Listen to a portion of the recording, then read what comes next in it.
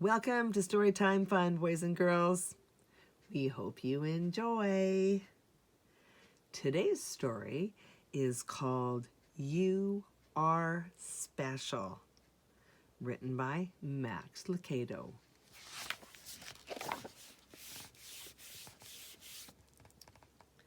The Wemmicks were small wooden people.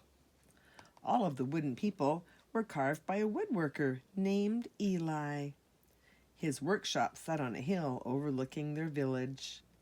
Each Wemmick was different. Some had big noses, others had large eyes, some were tall and others were short. Some wore hats, others wore coats, but all were made by the same carver and all lived in the village. And all day, every day, the Wemmicks did the same thing. They gave each other stickers. Each Wemmick had a box of golden star stickers and a box of gray dot stickers. Up and down the streets all over the city, people spent their days sticking stars or dots on one another. The pretty ones, those with smooth wood and fine paint, always got stars. But if the wood was rough or the paint chipped, the Wemmicks gave dots. The talented ones got stars too. Some could lift big sticks high above their heads or jump over tall boxes. Still others knew big words or could sing pretty songs. Everyone gave them stars. Some Wemmicks had stars all over them. Every time they got a star, it made them feel so good. It made them want to do something else and just get another star. Others, though, could do little, and they got dots. Punchinello was one of those. He tried to jump high like the others, but he always fell. And when he fell, the others would gather around him and give him dots. Sometimes when he fell, his wood got scratched, so the people would give him more dots. Then, when he would try to explain why he fell, he would say something silly, and the Wemmicks would give him more dots. After a while, he had so many dots that he didn't want to go outside. He was afraid he would do something dumb, such as forget his hat or step in the water, and then people would give him another dot. In fact, he had so many gray dots that some people would come up and give him one just for no reason at all.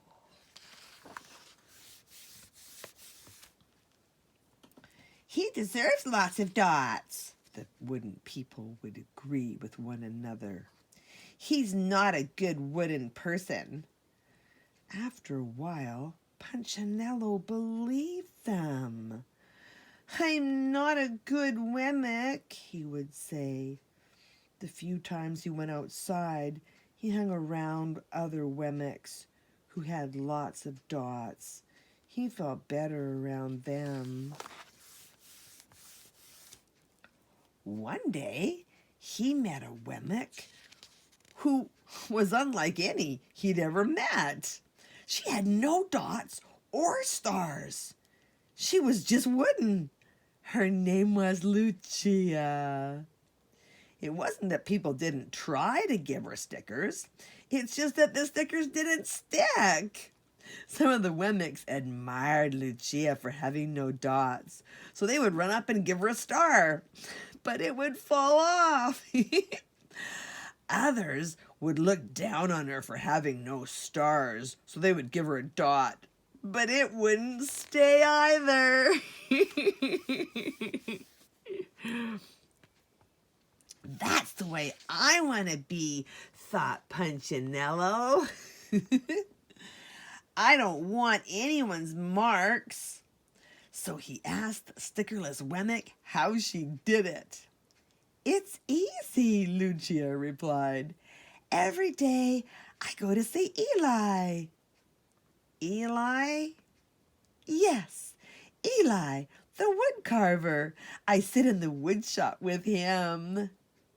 Why? Why don't you find out for yourself? Go up the hill. He is there. And with that, the Wemmick, who had no stickers, turned and skipped away. But will he want to see me? Punchinello cried out. Lucia didn't hear. So Punchinello went home. He sat near a window and watched the wooden people as they scurried around, giving each other stars and dots. It's not right, he muttered to himself, and he decided to go see Eli. He walked up the narrow path to the top of the hill and stepped into the big shop. His wooden eyes widened at the size of everything. The stool was as tall as he was. He had to stretch onto his tippy toes to see the top of the workbench. A hammer was as long as his arm. Punchinello swallowed hard. I'm not staying here. And he turned to leave. Then he heard his name. Punchinello! The voice was deep and strong. Punchinello stopped. Punchinello, how good to see you. Come and let me have a look at you. Punchinello turned slowly and looked at the large bearded craftsman. You know my name? The little Wemmick asked. Of course I do. I made you.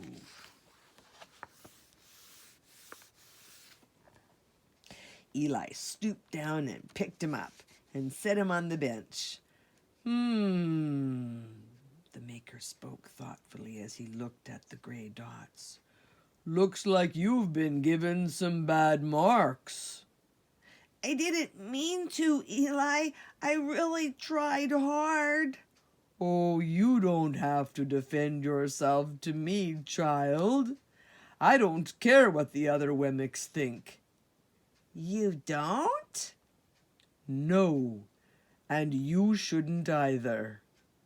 Who are they to give stars or dots? They're Wemmicks just like you. What they think doesn't matter, Punchinello. All that matters is what I think. And I think you are pretty special. Punchinello laughed. Me? Special? Why? I can't walk fast. I can't jump. My paint is peeling. Why do I matter to you? Eli looked at Punchinello, put his hands on those small wooden shoulders, and spoke very slowly. Because you're mine. That's why you matter to me. Punchinello had never had anyone look at him like this, much less his maker. He didn't know what to say.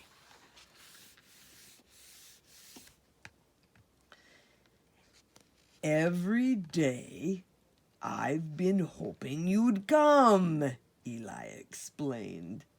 I came because I met someone who had no marks, said Punchinello. I know. She told me about you. Why don't the stickers stay on her? The maker spoke softly.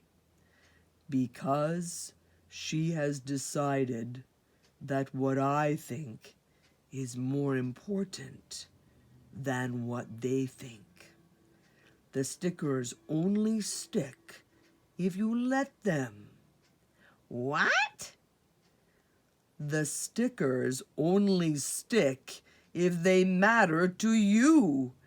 The more you trust my love, the less you care about their stickers.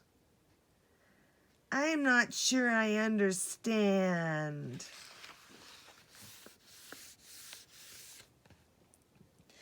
Eli smiled. You will, but it will take time. You've got a lot of marks. For now, just come to see me every day and let me remind you how much I care. Eli lifted Punchinello off the bench and set him on the ground. Remember, Eli said as the Wemmick walked out the door, you are special because I made you, and I don't make mistakes. Punchinello didn't stop, but in his heart he thought, I think he really means it. And when he did, a dot fell to the ground.